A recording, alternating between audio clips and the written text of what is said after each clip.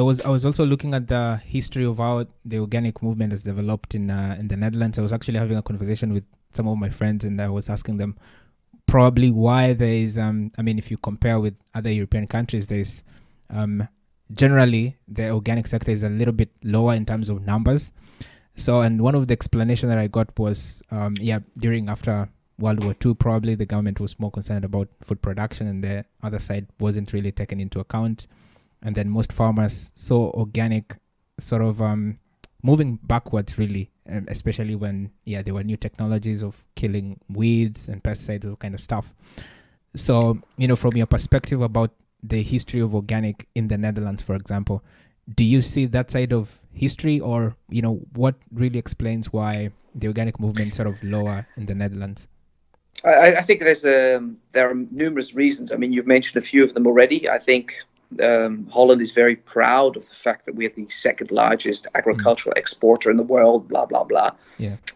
So Wageningen University, which is obviously a very good university, but a university that's very much focusing on how do I get as much milk out of a cow possible, or how do I get as much grain out of 1 square meter of soil, without thinking about what are the long-term consequences for biodiversity, water, soil, climate, human health, etc. So the whole infrastructure here in Holland is all about getting the highest production rates, making from food more of a business and not a way to feed ourselves or protect the planet.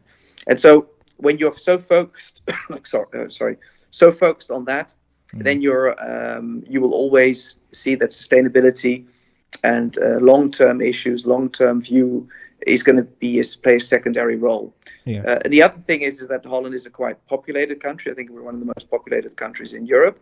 So we don't have that much connection with the soil where our food comes from. We have a big trust in our supermarket, in our food system. So we have no reason to distrust that at all. We buy our products on the shelves of the supermarkets and we don't think about it any further. Yeah. Whereas in other countries where we've seen a few scandals, in other countries where people have much more connection with the soil, where the food comes from, where there's much more a food tradition, particularly in the Mediterranean countries, it's logical that people realize that, if I use pesticides on my crops or artificial fertilizers, then maybe I'm not such a big fan of that. Yeah. And so it's more in the open there.